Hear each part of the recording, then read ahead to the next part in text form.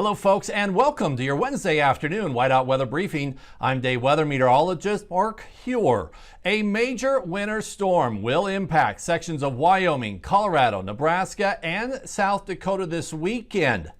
Bands of some snow will bring some impacts before that to southeastern Wyoming on your Thursday night into Friday. As a whole though, Wyoming is in between snow events tonight and much of Thursday and Friday.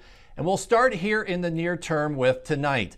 Through this evening, still some areas of scattered light snow and snow shower activity across this highlighted area. Won't amount to much, could pick up trace new accumulations, but watch out for still some slick roads and black ice after sunset on through tonight. Higher elevations of I-80, also I-25, Cheyenne on up through Douglas and Casper, all the way to Buffalo, and then on secondary roads across east central, south central, and southeastern Wyoming. Black ice will be a threat tonight. Otherwise, dry and cold with light winds, some areas of patchy fog. This blue shaded area going to be looking at a little bit of some additional light snow and snow shower activity tonight. Won't amount to anything, maybe trace across lower elevations with mountain passes picking up 1 to 2 inches. That includes Powder River Pass, also US 14, Togety Pass, and maybe Teton Pass. Now for your Thursday. Pretty quiet day, especially for the northern half of the state. Nothing really going on. Northern and central Wyoming, a few scattered mountain snow showers, otherwise dry with light to breezy winds and good travel road conditions. Across the southern third of the state, a little bit of some light snow and snow shower activity. Could pick up a trace to 1 inch in a few areas. Here across much of southern Wyoming, winds though staying light to breezy, little travel impacts. This red hatched area though will be in line for potentially some bands of moderate snow, especially late in the day and overnight. And under these bands of moderate snow, we could be looking at 1 to 3 inches and some travel impacts, and that includes I-80 from east of Cheyenne all the way over towards Walcott Junction, also I-25 from northern Colorado up to about Wheatland. All right, so now Friday. Well, we're still looking at pretty good weather conditions, but snowfall starts to expand a little bit more. We'll be looking at some light snow and snow shower activity through pretty much the southern 2/3 of the state, but it doesn't look to amount to much on Friday. Some slick spots in areas possible, but no major road or weather impacts expected through Friday night as winds stay light to breezy, and we're still before the significant impacts that'll start to arrive over the weekend.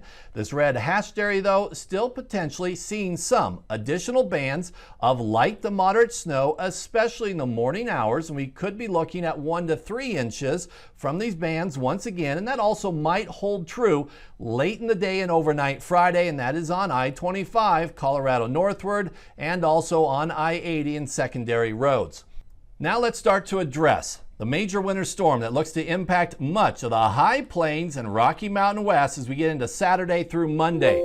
We've got Wyoming right here. Then across the southwestern United States, this is for Friday evening, a developing and strengthening low pressure system. We also have high pressure in the Gulf, and that's important for it's going to be feeding moisture into the high plains and Rockies for this storm system to work with. By Saturday evening, the storm system is now located over south central Colorado, and this is a little bit further north than models over the last couple of days, and that is shifting impacts further north into Wyoming and northern Colorado as well. And also for Saturday evening, this will start to bring strong upslope conditions into eastern Wyoming, northern Colorado, western Nebraska, and South Dakota.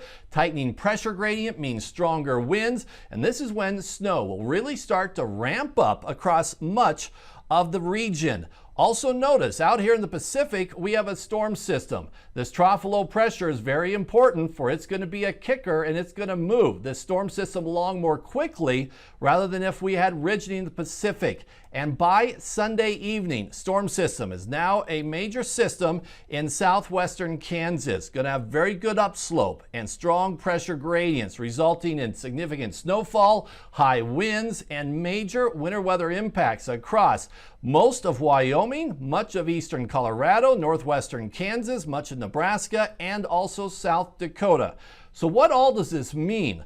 Well, here's a graphic for Saturday through Monday. This yellow hatched area is for moderate to high confidence of some severe winter weather impacts from about midday to late day Saturday on through Monday morning.